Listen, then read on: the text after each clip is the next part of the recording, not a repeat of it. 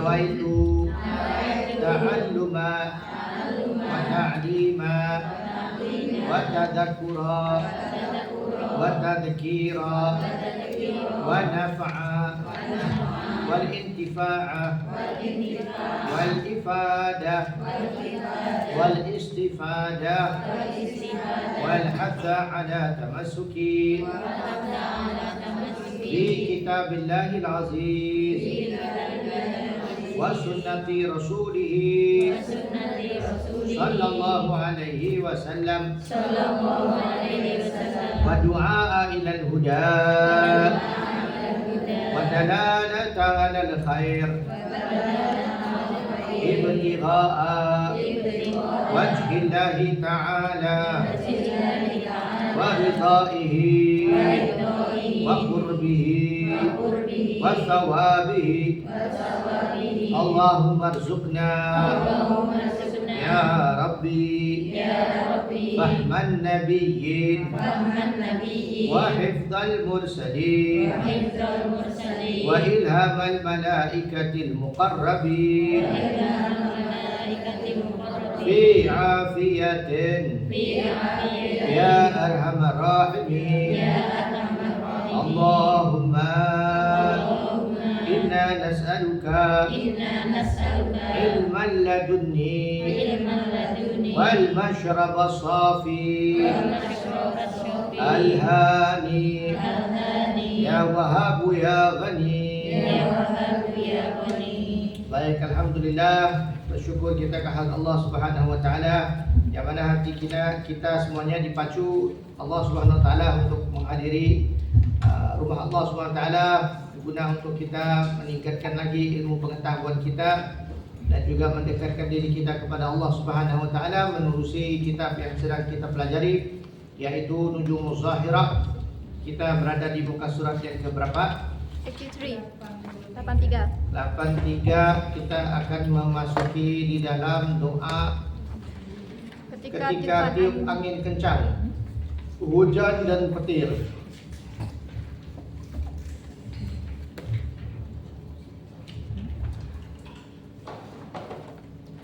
Nah, baik, bismillahirrahmanirrahim. InsyaAllah kita akan baca beberapa adab ketika kita mengalami angin kencang, hujan dan petir. Tadi baru saya katakan saya baru pulang dari Jepang. Di situ ada angin kencang dan hujan yang berat dan kemudian ada gempa. Alhamdulillah saya di Tokyo tidak ada apa-apa. Tapi di Kyoto dengan apa lagi satu saya lupa, ada 7.3 ya, lumayan besar. Katanya ada satu mall yang jatuh, dalamnya masih ada orang. Di Jepang. Masya Allah ya, orang Indonesia banyak di sana. Iya. Kerja dan macam-macam di sana juga banyak ya. Pokoknya doa ataupun apa yang kita akan pelajari adalah sebuah doa yang bisa kita baca ketika terjadinya angin kencang ataupun hujan dan petir. Alhamdulillah, alhamdulillah, kita di Singapura jarang-jarang ada angin yang sangat kencang ataupun hujan dan petir yang sangat deras ya. Petir memang ada. Kalau nggak salah saya 2 atau 3 minggu kemarin ada orang mati. Muslim lagi ya, Muslim petir di Viskus ya. Oh, yang kemarin. Seorang Muslim anak muda ya. Ya, itu saya punya majikan punya saudara. Oh, saudara ya, insyaallah. Jadi jarang juga berlaku sedemikian dan kemudian pokoknya sambar-sambar petir yang banyak besar-besar di Singapura jarang berlaku begitu ya. Hujan-hujan yang sangat deras sampai banjir begitu berhari-hari nggak ada. Tapi kalau flash flood itu biasa ya, karena kalau flash flood itu kira-kira hujan yang deras yang berlaku 4 atau 5 jam terus menerus, itu pasti akan ada banjir yang kilat, kita panggil banjir kilat ya, karena dia itu banjir yang cepat ya, naik langsung Tapi ya insya Allah itu biasanya setengah hari sudah selesai. Ya, alhamdulillah. Itu adalah karena mungkin longkang-longkang di dalam Singapura tercantum ke lautnya, jadi cepat ya, dia reda ya. Lain lagi kalau di Jakarta dan sebagainya. Tapi alhamdulillah ya, setelah Jokowi masuk sampai sekarang, kalau Jakarta jarang kita dengar banjir yang seperti dulunya di zaman Jokowi ya.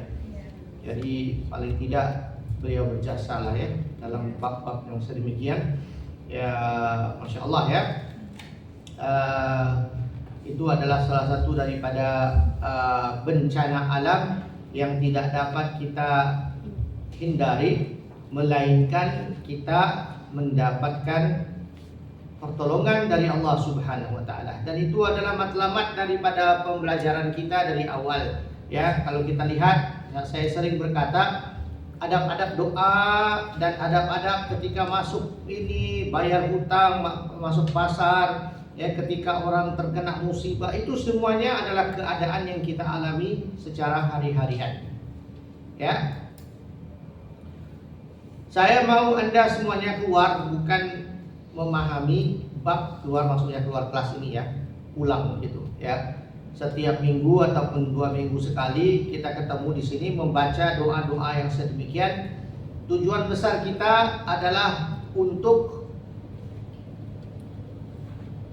membiasakan diri kita ataupun menjinakkan diri kita untuk senantiasa bersama Allah di dalam setiap gerakan kita. Itu matlamatnya, itu misinya, itu sesuatu yang perlu kita paham dari pembacaan doa ini. Karena Anda semuanya bukan di TK, bukan di apalagi SD, bukan lagi di bangku sekolah yang perlu menghafal doa. Ya, selain itu, kalau dulu waktu Anda berusia 6, 7, 10 tahun, ya 12 tahun masuk sekolah, diajar bangun pagi gosok gigi ya. Bangun pagi baca doa ini, mau tidur baca doa itu, ya diajar ibu, diajar guru sekolah dan sebagainya. Tujuannya untuk menghafal doang. Ya, tapi sekarang kalau umur Anda sekarang ini, Anda ada 2 atau 3 misi Anda untuk memahami ada doa yang bunyinya sedemikian. Satu, yang paling pentingnya adalah setiap keadaan Anda perlu ada kebersamaan dengan Allah. Itu matlamat yang paling besar sekali. Karena kalau Anda sudah dapat momentum ini, Anda sudah dapat kesadaran ini, Anda sudah dapat sesuatu yang boleh Anda keluar di sana untuk mengerjakan apa sahaja, dan Anda mendapatkan rasa yang Anda sedang diawas oleh Allah. Dan segala yang terjadi adalah dari Allah. Karena apa ia terjadi adalah karena Allah. Jadi untuk meminta perlindungan, kita minta kepada, itulah yang kita mau masukkan ke dalam hati kita. Supaya nanti Anda keluar, ada kejadian apa aja, lambat mau pulang, majikannya mau suruhnya pulang, kita minta kepada Allah untuk mendapatkan transportasi secepatnya untuk. Jadi kita, itu adalah naluri seorang muslim.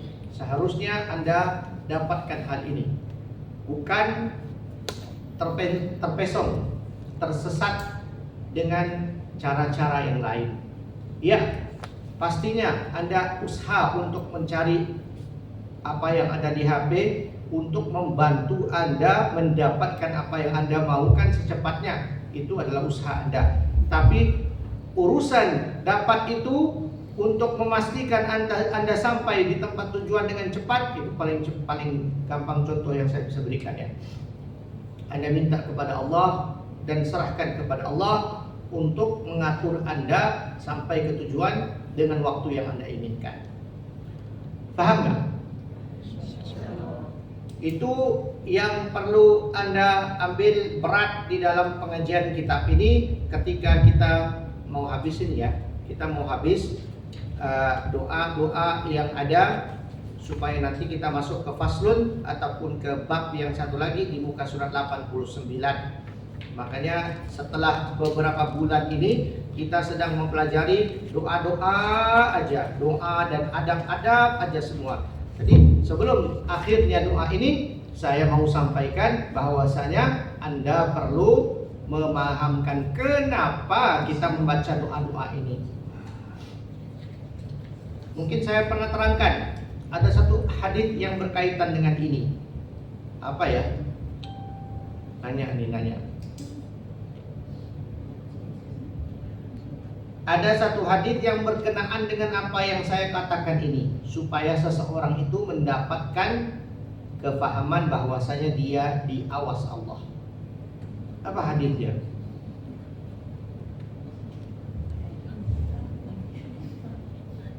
Kalau bisa jawab, saya kasih hadiah. Bukan air ya, saya kasih hadiah. Kalau di Indonesia saya biasa kasih 100.000. $1. Ini $100. 10 $10. Baik deh, saya kasih $50. Wow, ayo jawab. Bagi siapa yang bisa jawab soalan saya ini.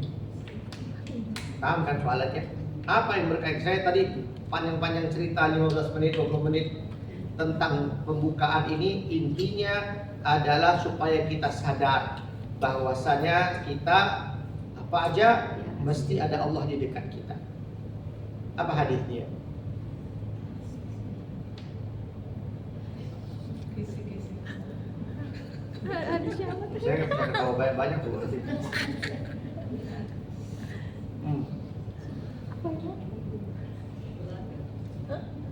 deh. Kenapa 100? Kan ada yang sudah. Apa?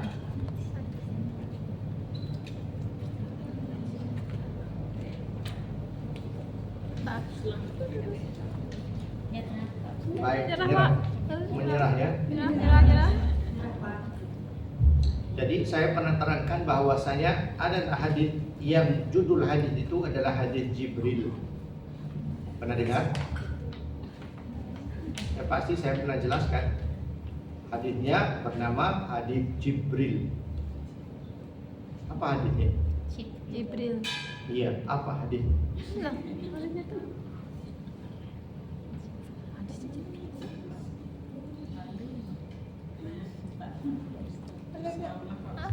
Gak tahu. Nggak tahu. Nyerah aja. Kalau saya kasih tahu hafal ya. Insyaallah. Nanti saya tanya lagi sekali lagi tahun depan. Ah, Iya, jadi lama-lama baru dihafal kan diberitahu. Pokoknya ya ada sebuah hadis dinamakan hadis Jibril. Judulnya itu hadis Jibril karena tidak ada hadis yang diriwayatkan seperti ini.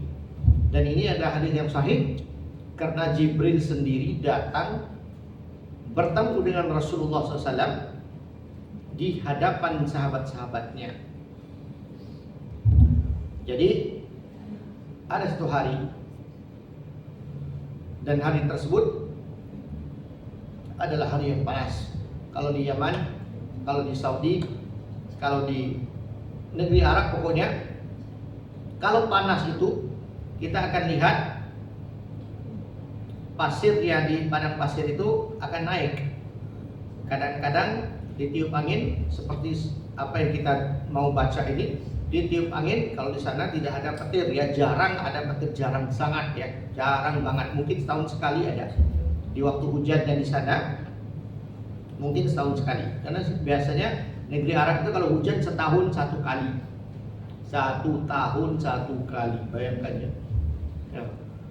Dan kalau terjadi angin yang kencang di waktu panas itu tidak akan hujan ya. Dia biasanya akan jadi puting beliung. Tahu puting beliung ya? Ya. Dan biasanya akan mengangkat pasir di situ karena pasir itu terlampau halus dan dia akan naik ke atas. Dan itu dipanggil debu. Dan biasanya kalau orang datang dari jauh akan dipenuhi dengan debu di badannya, di sarbannya dan sebagainya. Tapi datang satu orang laki-laki dari nggak tahu di mana, dia sampai dan langsung duduk di depan Rasulullah SAW, menyerupai laki-laki, dan dia duduk di depan Rasulullah SAW bersama dengan sahabat-sahabatnya yang ada di sekelilingnya. Kemudian beliau itu duduk depan-depan betul-betul dengan Rasulullah. Dia menanyakan kepada Rasulullah, katanya, ya Muhammad, apakah itu Islam? Dia menanyakan kepada Nabi Muhammad dan didengar oleh para sahabat. Orang ini menanyakan kepada Nabi Muhammad apa itu Islam. Lalu Rasulullah pun menjawab, orang yang bertanya lebih tahu daripada siapa yang dia tanya. Ya, sahabat sudah terang kaget lah. Tapi Rasulullah sambung jawabnya, Islam itu adalah, dia pun mengatakan Islam itu ada 5, yaitu rukun Islam. Maka hadis itu tercantum sebagai apa yang dikatakan Islam itu ada 5 perkara yang biasa kita sudah hafal, yaitu rukun Islam ada 5 perkara. Dijawab oleh Rasulullah satu-satunya. Selesai jawaban itu, dia pun menanya lagi, ya Muhammad, apakah itu iman? Maka Rasulullah pun menjawab, sama lagi jawaban yang tadi itu. Yang bertanya lebih mengetahui daripada siapa yang ditanya. Bila Rasulullah jawab, katanya iman itu ada 6.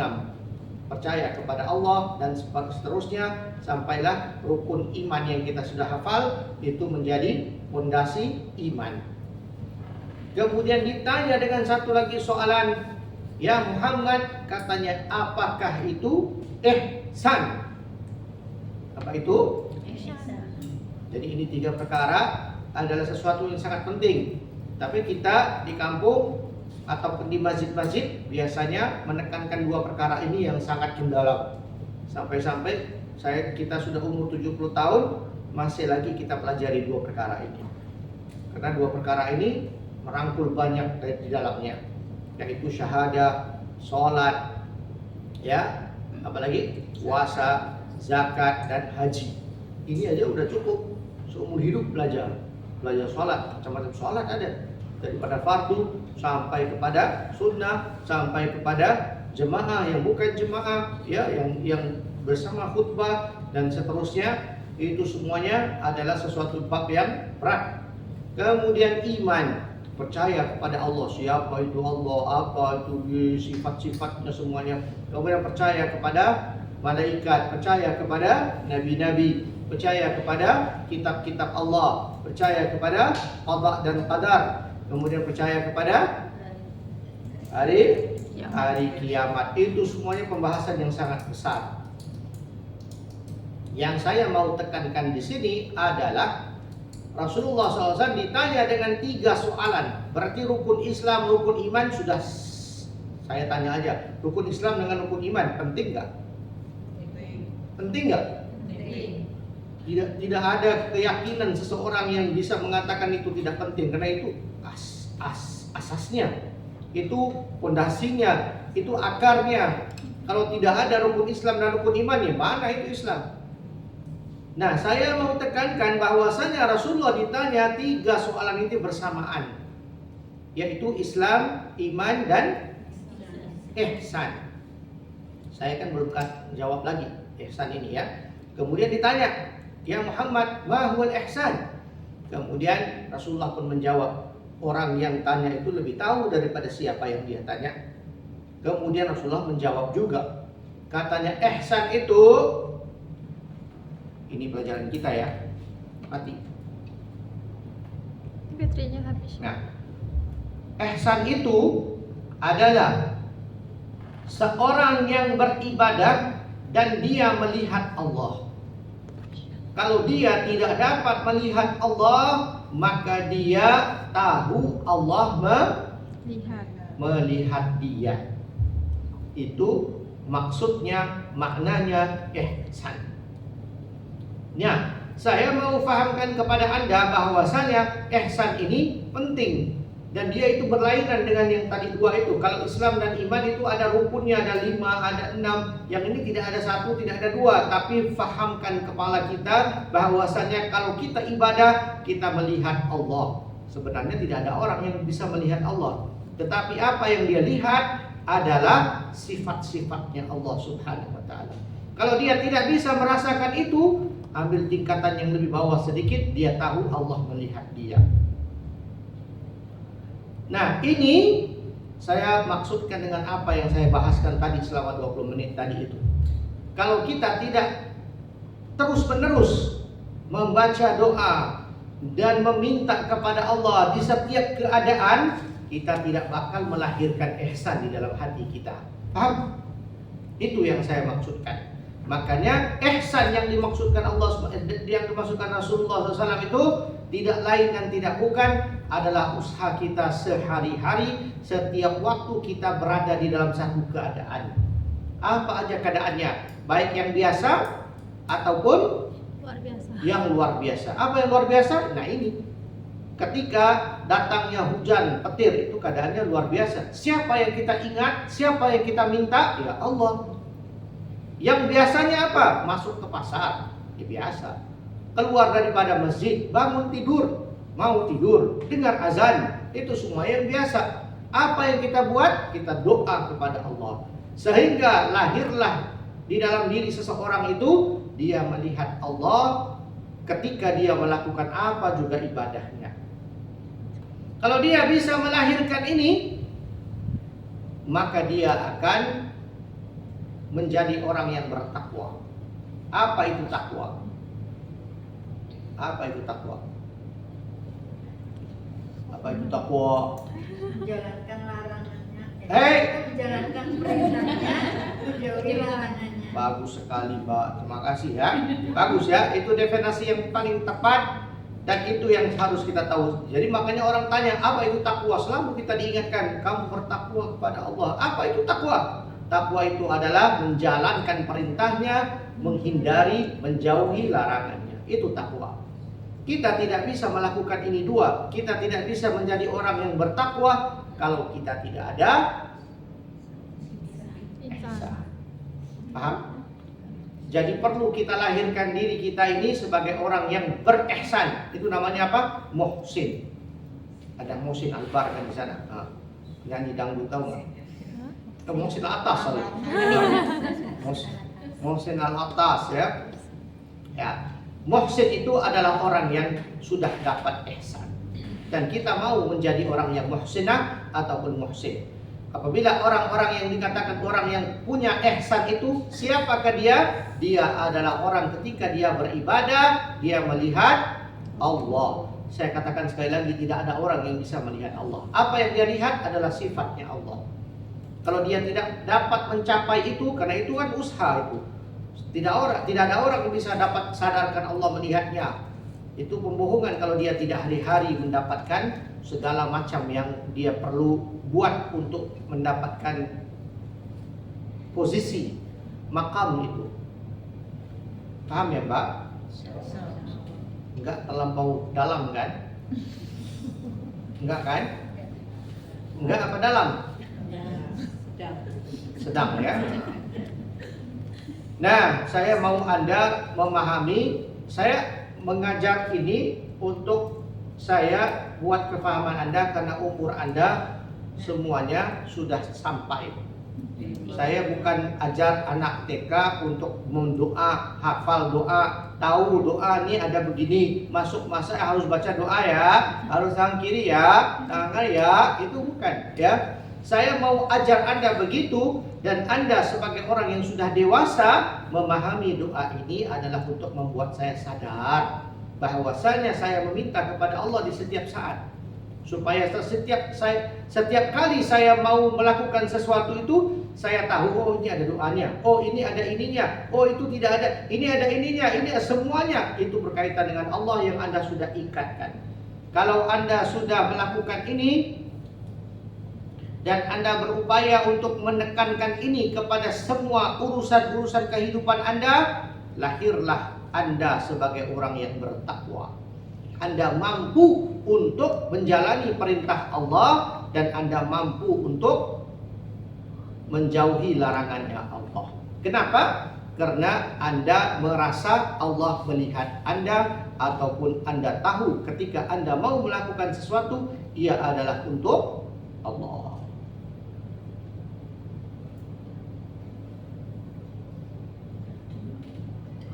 Tidak ada sesuatu yang Allah Subhanahu wa taala cinta melainkan seseorang hamba yang terus-menerus melakukan amalan fardu, sehingga dia menambahkan dengan amalan sunnah, sehingga Allah mencintainya.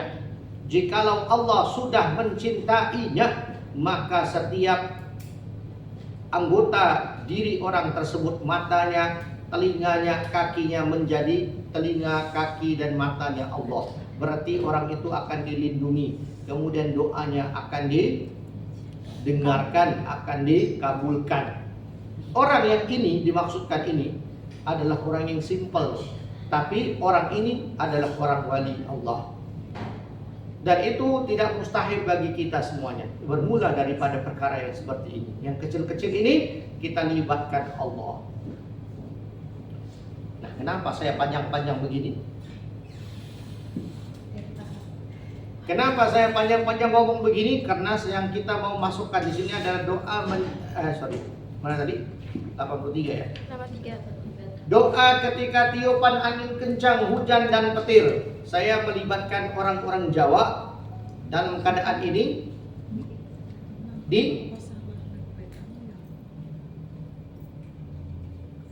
bagaimana ya saya mau kenakan. Ini bulan apa ini sekarang, bulan Islamnya? Safar. Apa yang terjadi di bulan Safar biasanya? Di Jawa. Ada orang Jawa di sini nggak? Aja. Ya. Jawa. Apa yang terjadi di bulan Safar biasanya? Banyak orang hajatan. Ya. Ya, apa yang terjadi di situ? Banyak orang punya hajat. Iya, banyak hajatan. Selain daripada berhajatan, nikah apa nih? Iya. Ya. Selain dari itu apa? Ada satu ataupun biasanya bulan Safar itu adalah bulan yang dikatakan bulan yang dikenakan dengan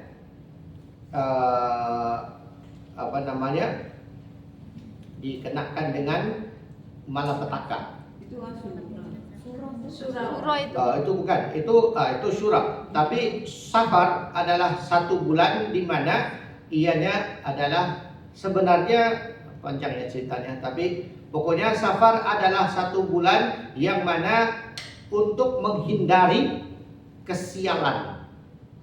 Karena sial datangnya pada bulan ini.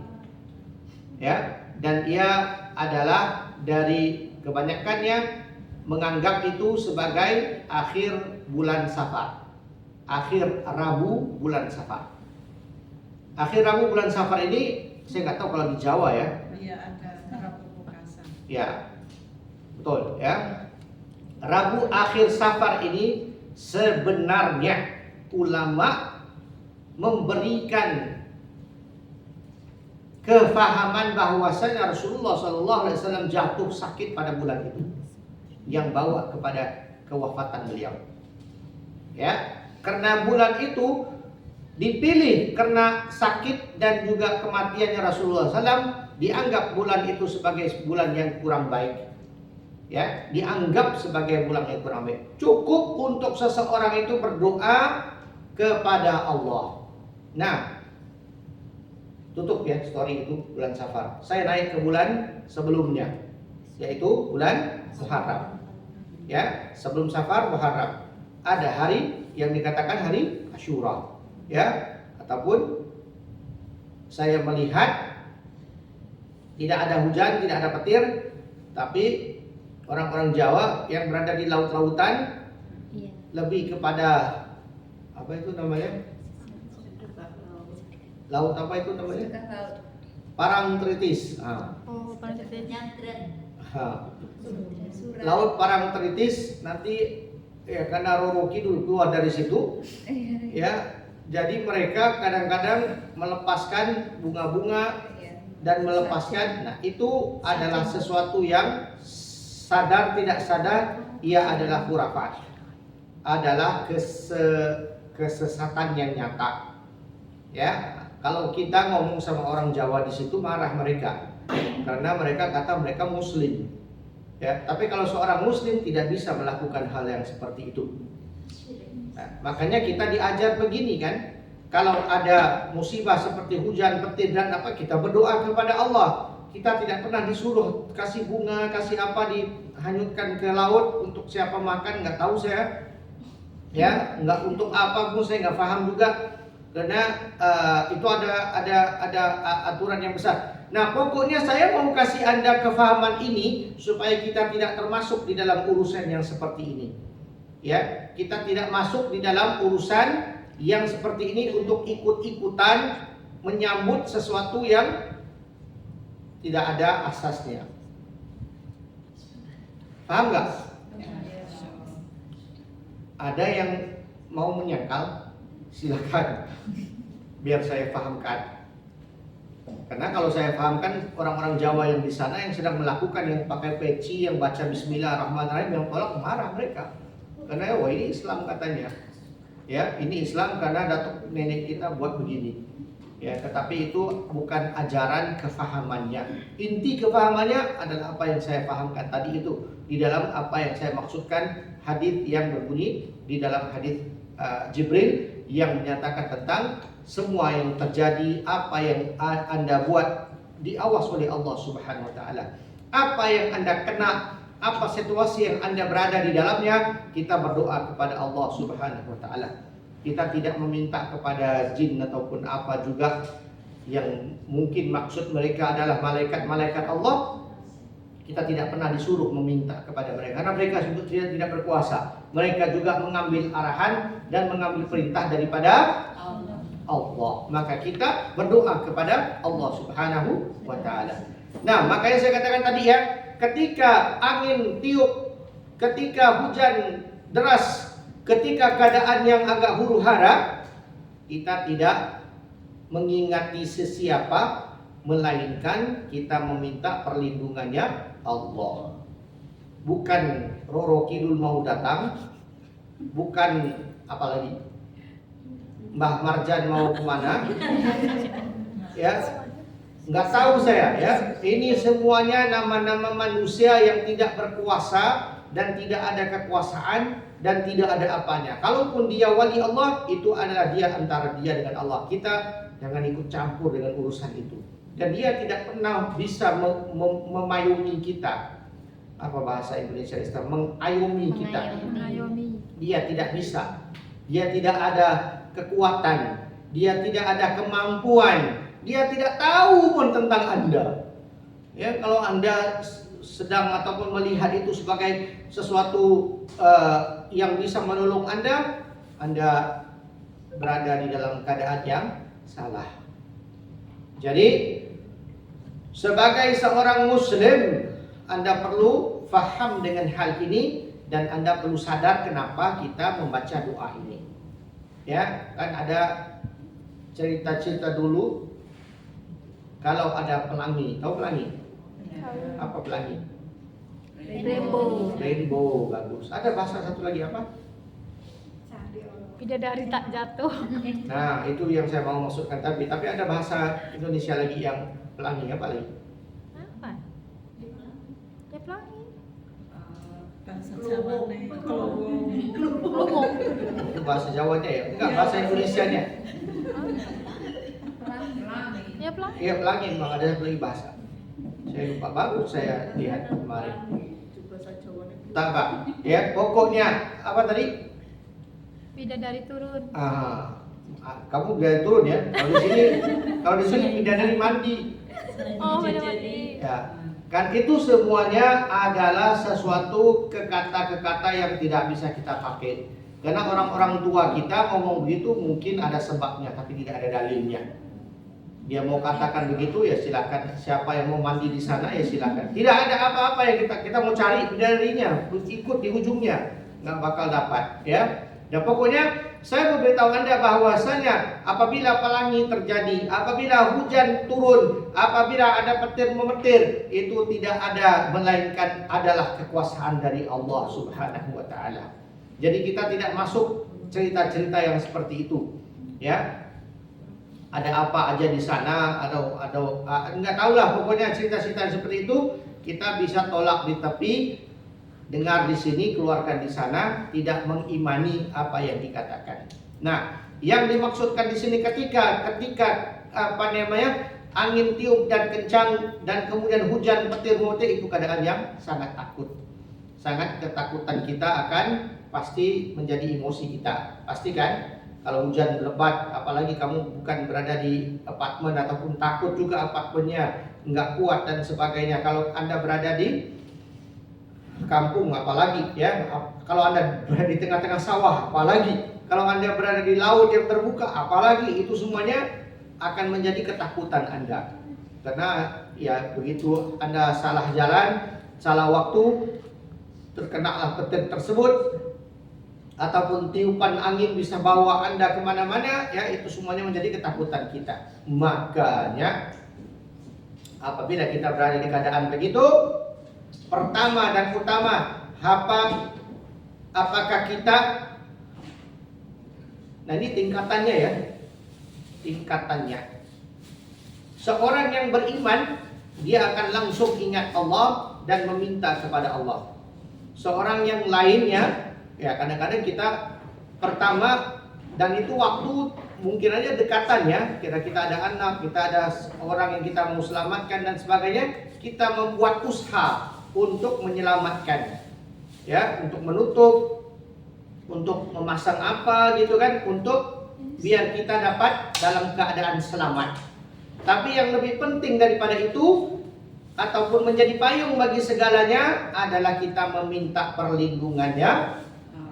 Dan kita tahu bahwasanya itu datang daripada semata dan sahaja. Tidak ada kekuasaan yang lain yang membuat perkara itu terjadi, melainkan ia datang daripada Allah Subhanahu wa taala. Nah, kita selalu belajar di dalam rukun iman ya. Percaya kepada malaikat. Ya. Dalam rukun iman ada percaya kepada malaikat. Siapa yang nggak tahu di sini? Semuanya sudah hafal kan? Pasti kan? Dan saya mau tanyakan, di dalam hafalan itu Anda fahamkan bahwasanya tugas-tugas malaikat, ya kan? Pasti kan kita difahamkan, ya. Yang ketiga, percaya kepada malaikat. Malaikat itu ada berapa, ya? Dan malaikat itu yang kita tahu nama-namanya adalah siapa, ya kan? Ada lagu-lagunya lagi. Itu di waktu TK, di waktu SD Anda hafal sampai sekarang, ya. Sekarang lupa. Baik. Saya mau tanya, yang ditugaskan untuk turunnya hujan siapa?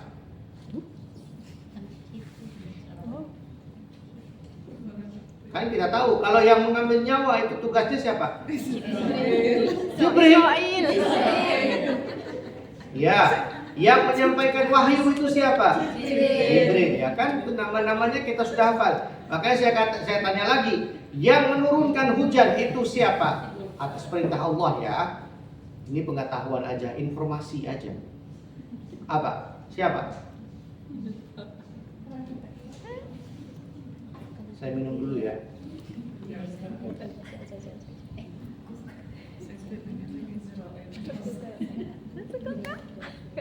Google.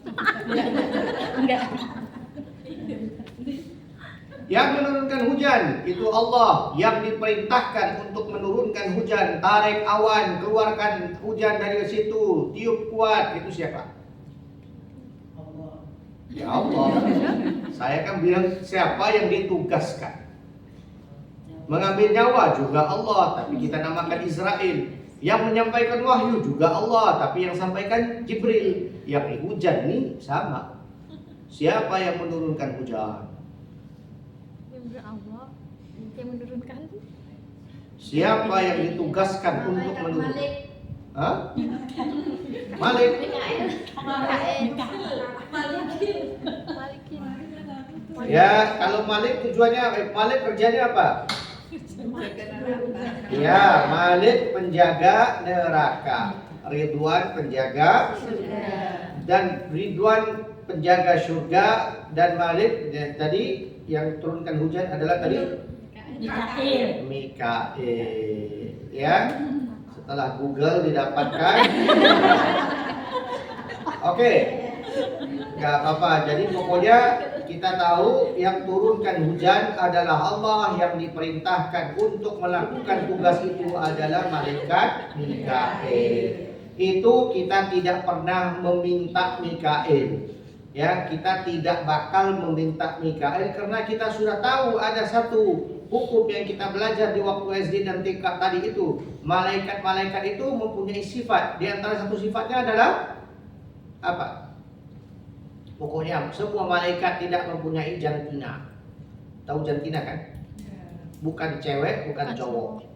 Berarti dia tidak mempunyai syahwat. Kedua, dia hanya melakukan Tugas. apa? Tugas ataupun perintah. Dia hanya melakukan apa yang diperintah Allah. Itu aja. Jadi kalau kamu mau minta, ya Mikail tolong jangan kasih saya hujan di sini, enggak bakalan masuk. Orang yang tidak ada akal, tidak ada ilmu yang bisa keluarkan perkataan begitu. Karena yang menjadi sesuatu yang membenarkan iya ataupun tidak adalah Allah. Jadi mintalah kepada Allah. Dan itulah yang kita maksudkan di sini, ya, apabila datangnya hujan kita langsung akan mengingat Allah Subhanahu wa taala dan kita meminta perlindungannya. Mari sama-sama kita baca. Imam Muslim meriwayatkan Nabi Muhammad SAW ketika melihat angin bertiup, beliau akan berdoa dengan doa ini. Mari kita baca bersama. Bismillahirrahmanirrahim. Allahumma inni as'aluka khairaha wa khaira ma fiha wa khaira ma ursilat bihi wa a'udzu bika min syarriha wa syarri ma fiha wa syarri ma ursilat bihi. Itulah doa yang dibacakan dan inilah maknanya. Wahai Allah, aku memohon kepadamu baiknya angin dan baiknya sesuatu yang di dalamnya dan baiknya sesuatu yang dibawanya ketika angin itu dilepaskan. Dan aku memohon perlindungan denganmu dari buruknya dan buruknya sesuatu yang di dalamnya dan keburukan sesuatu yang dibawa ketika angin itu dilepaskan. Ya, ini doa yang kita minta kepada Allah Subhanahu wa taala supaya kita fahamkan bahwasanya segala yang terjadi itu adalah atas kekuasaan Allah. Makanya buruknya datang angin tersebut ataupun baiknya angin tersebut kita minta kepada Allah supaya kita dilindungi. Nah, itu ketika angin bertiup dengan kencang. Kemudian kalau hujan, Allah Subhanahu wa taala lewat lisan Nabi Muhammad SAW mengajar kita untuk berdoa dengan doa ini. Doanya singkat sekali, kalau bisa dihafalkan dan dibaca ketika Anda ada melihat hujan turun. Singapura, Malaysia, alhamdulillah ya. Singapura, Malaysia, Indonesia ya adalah Nusantara yang hujan bukan asing bagi kita, bukan sesuatu yang aneh bagi kita. Setiap 1, 2, 3 hari pasti hujan. Kalau tidak pun seminggu, 2 minggu, paling lama pun tidak sampai 1 bulan ya, pasti ada 1 kali hujan. Nah, ketika hujan itu jatuh turun, maka kita doa dengan doa ini. Allahumma sayyiban nafi'an. Allahumma sayyiban nafi'an. Allahumma sayyiban nafi'an. Wahai Allah, jadikanlah hujan ini hujan yang bermanfaat. Oke? Kalau Anda bisa hafal bahasa Arabnya, pakai bahasa Arab. Kalau tidak, pakai bahasa Indonesia. Ya Allah, jadikan hujan ini manfaat buat diri aku, bukan mudarat, bukan kecelakaan, bukan sesuatu yang musibah buat diri aku. Jadi kita berdoa, ya Allah jadikan hujan ini manfaat buat diriku. Mau tambah di situ buat negaraku, buat aku, buat orang sekitar aku, ya silakan.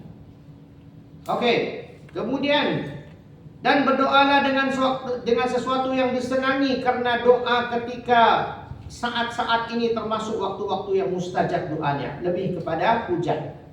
Doa ketika hujan adalah doa yang dianjurkan untuk kita berdoa. Nah, di negeri Arab, kenapa di negeri Arab? Karena hujannya setahun sekali. Disunahkan untuk kita membasahkan diri kita dengan hujan, main hujan. Kalau kita hari-hari main hujan, sakit nanti, ya. Kalau di negeri Arab, karena dia betul-betul hujannya setahun sekali atau 2 kali paling, 2 kali atau setahun sekali, makanya disunahkan untuk membasahkan dirinya dengan hujan supaya kena air hujannya membasahi orang tersebut. Kalau kita ya bolehlah setahun sekali lah, jangan hari-hari mandi hujan, sunnah katanya, sakit ya. Baik. Kemudian setelah dan doa beliau setelah hujan juga, yaitu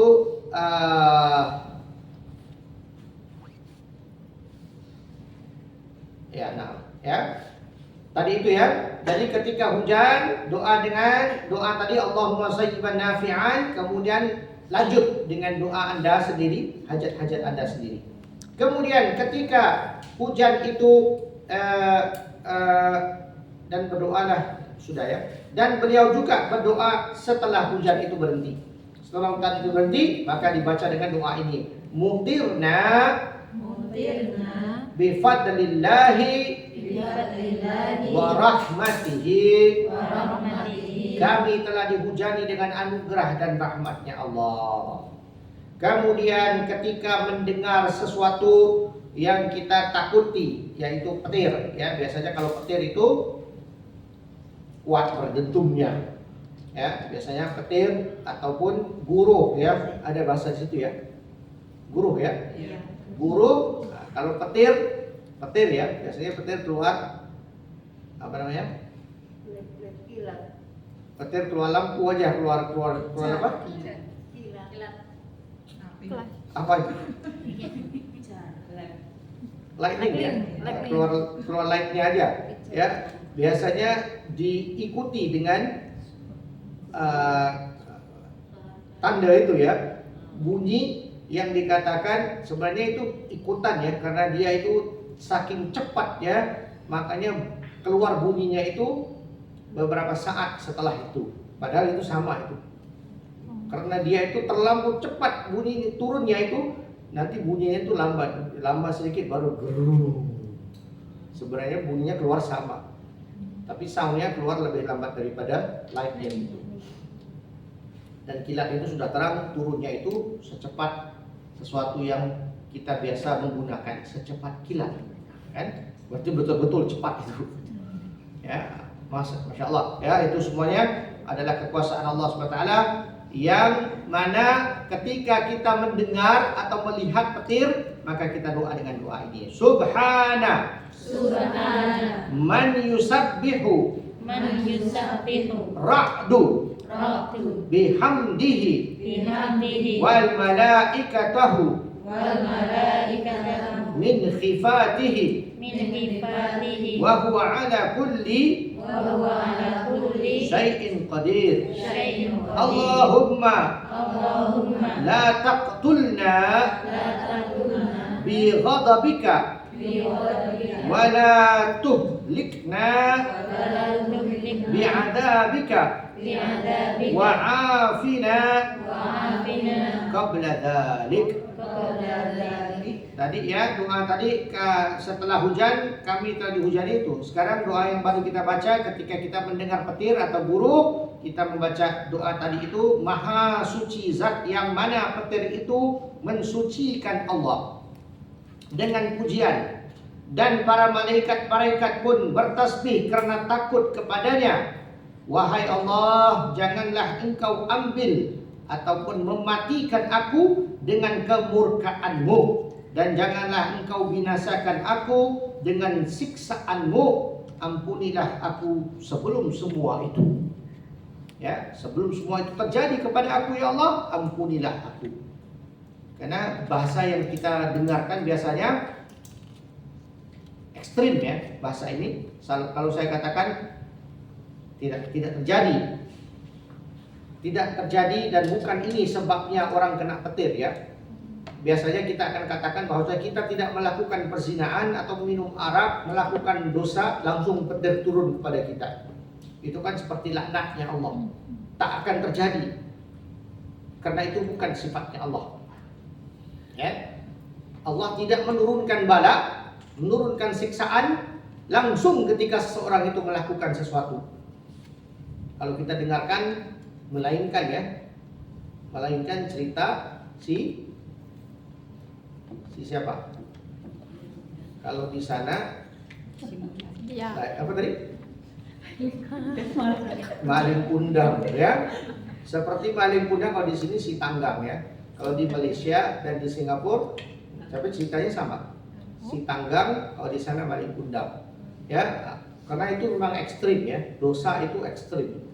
Dengan ibu dan bapak jangan main-main. Karena itu ada kisahnya itu. Ya, karena itu dimaksudkan dengan apa yang dimaksudkan di sini. Allah tidak akan menurunkan sesuatu langsung ketika seseorang itu melakukan sesuatu larangannya Allah. Anda sedang main-main dengan cewek atau dengan cowok ataupun sesuatu yang haram, Allah tidak langsung langsung mati. Nggak ada cinta yang seperti itu. Melainkan itu ekstrim. Yang paling ekstrim yang pernah kita dengar dan kita tahu dan kita sokong itu benar adalah maling kundang ataupun si tanggang. Kalau apalagi ibu, apalagi bapak, ini dua jangan buat main-main. No canda-canda dengan ini. Itu serius banget ya. Jadi karena setelah Allah, setelah Nabi itu ibu bapak kamu.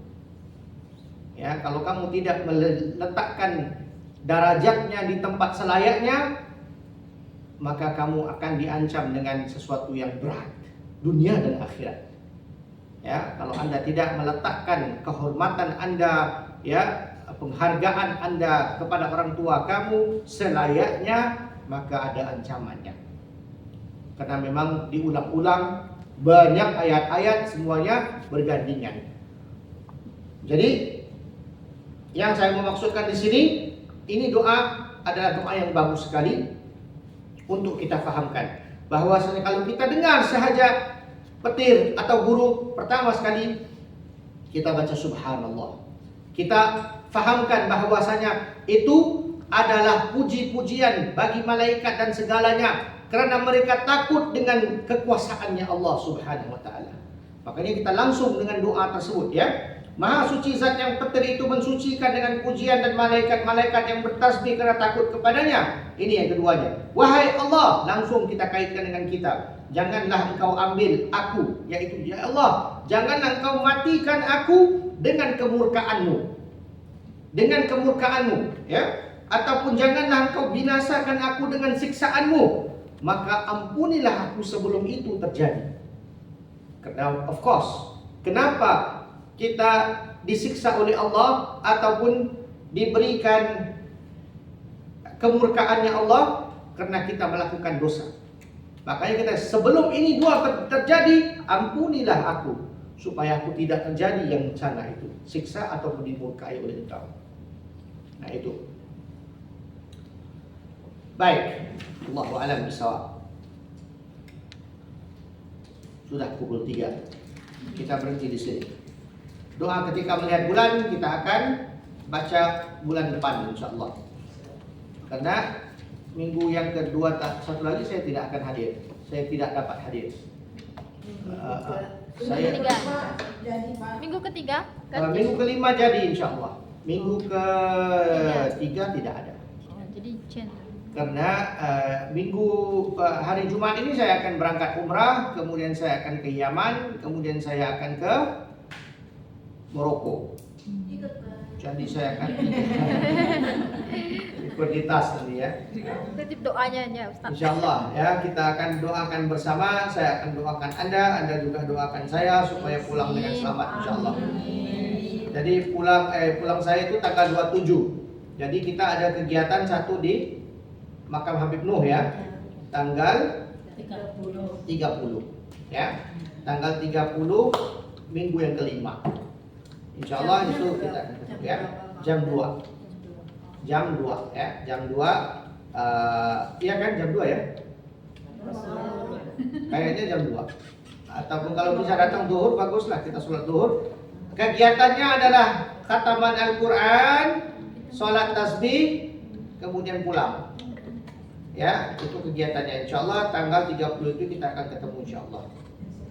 Baik, Allahu a'lam bishawab. Ada pertanyaan, ada soalan, ada apa-apa yang mau dibahaskan sebelum kita doa dengan doa penutup? Ustaz, gimana menyikapi orang tua yang selalu ibaratnya itu kayak minta uang terus gitu loh? Hah? Gimana cara menyikapi orang tua yang selalu pengen uang kita gitu loh, yang dikasih itu macam kurang gitu. Kalau kita memberikan tapi Itu ujian Anda lah. Saya bisa katakan itu ujian Anda. Itu ujian Anda, tetapi ya itu ujian Anda, tetapi tanggapi karena ini bukan sesuatu, itu ujian. Kenapa saya katakan itu ujian Anda? Karena kamu tidak bisa memarahinya, kamu tidak bisa suruh dia diam, kamu tidak bisa suruh, karena dia layak untuk meminta kamu seperti itu. Jadi karena itu saya katakan itu ujian Anda. Kalau teman Anda yang mengatakan begitu, suami Anda yang mengatakan begitu, Anda berhak untuk mengatakan, kamu jangan begitu, kurang adab begitu. Tapi kalau ibu atau ayah Anda yang begitu, kamu tidak boleh. Tidak boleh berkata apa-apa. Yang terbaik bagi kamu adalah diam, gitu aja. Nggak bisa ngomong itu. Makanya itu saya bilang itu ujian Anda. Itu ujian Anda karena Anda mendapatkan keluarga yang sedemikian, tetapi itu bukan satu salah bagi mereka. Itu adalah sesuatu yang mereka berhak untuk meminta Anda. Kalau saya ngomong buangnya, dia itu Anda miliknya dia.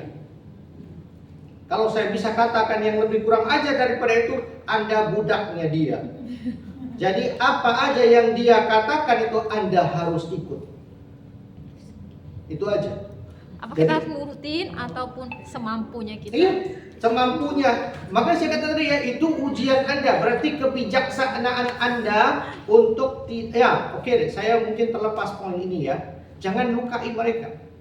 Jangan lukai mereka. Jangan kecewakan mereka. Maksud saya dengan kecewakan mereka itu bukan Anda terus-terus menghutang di sini dan dikasih ke sana, tidak. Tetapi gunakan kebijakan Anda supaya tidak ada kelukaan bagi dia. Tidak ada kekecewaan bagi dia. Tidak mereka merasakan kalau kamu gagal dalam ujian ini. Berarti kamu berdosa. Kalau kamu katakan, kamu kok begitu, dia udah rasa terdiam ya. Gini aja ya, ibu saya kalau telepon saya sewaktu saya mengajar begini, kemudian dia dengar, dia langsung teringat, dia lagi mengajar ini, dia langsung, itu derhaka saya kena, walaupun saya tidak angkat teleponnya. Paham nggak? Ibu saya sekarang mau telepon saya, kering, dia lagi ngajar ya, saya nggak mau ganggu dia. Itu saya durhaka. Paham nggak? Dia belum ngangkat, saya belum angkat loh, saya kena derhakanya. Karena saya tidak memberikan waktu dan dia terluka dengan hal itu. Jadi kamu harus pintar tarik pelan-pelan. Banyak senyum, banyak kata-kata yang baik, yang janji. Kalau saya bisa janji kosong aja dengan dia. Insya Allah saya akan kerja dengan lebih banyak. Dia pun lebih paham. Tapi jangan lukai dia. Jangan lukai dia. Jangan sampai dia merasakan bahwasannya Anda nanti dia khawatir atau apa. Itu semuanya salah. Jadi kamu harus bahagiakan dia. Pokoknya kasihkan dia ketenangan itu aja. Bagaimana caranya? Kebijakan Anda. Itulah dia ya. Tapi pokoknya saya mau katakan bahwasanya Anda yang jatuh di dalam Anda semuanya yang jatuh dalam hal seperti ini, Anda diuji. Kalau dia minta uang, dia kadang-kadang minta, kapan kamu mau nikah? Ini pulang lah. Enggak begitu kan, selalu ditanya-tanya begitu. Kita rasa sakit hatinya. Kenapa ya ibu saya begitu? Itu harus dihati-hatikan dengan jawaban Anda. Kalau Anda marah, kenapa sih begini, saya kan lagi kerja? Itu durhaka namanya, dosa namanya. Ada ancamannya dunia dan akhirat.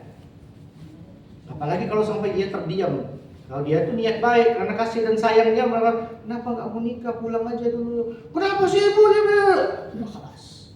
Itu bodoh, itu kerja yang paling bodoh yang kamu buat. Paling bodoh. Saya sarankan supaya Anda pulang aja, minta ampun dulu. Karena tidak ada berkahnya Anda berada di sini kalau Anda masih dapat kemarahan dari mereka. Tidak ada berkahnya. Saya ingatkan dengan seingatan petir deh. Tidak ada berkah. Setiap sen yang kamu dapat 1.000, 2.000, 3.000. Tapi kalau sekarang ini kalau punya suami, martabat yang saya katakan ini saya tukar jadi suami ya. Paham nggak? Sekarang saya katakan kalau Anda yang belum nikah, ibu bapak kamu yang penting. Anda yang sudah nikah, suami kamu yang saya katakan seperti ibu bapak itulah suami kamu. Paham? Enggak paham? Kamu udah kawin belum? Udah kawin belum? Kan belum.